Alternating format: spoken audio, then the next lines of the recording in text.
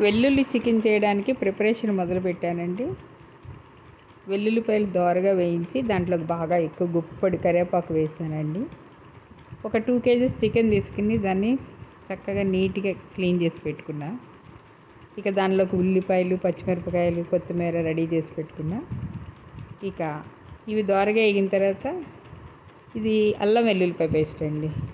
ఈ ఉల్లిపాయలు కూడా వేసి ఉప్పు వేసి ఇంకా ఇవి బాగా మగ్గాలి కదండి. మగ్గేంత వరకు మూత పెట్టి పక్కన పెట్టానండి. బయట నుంచి చల్లగా గాలి వస్తుందండి.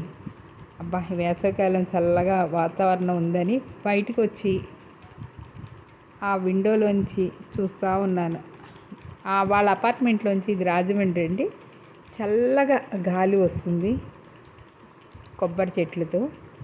ఆ ప్రకృతి అందాలను చూస్తూ కూర సంగతి మర్చిపోయానండి.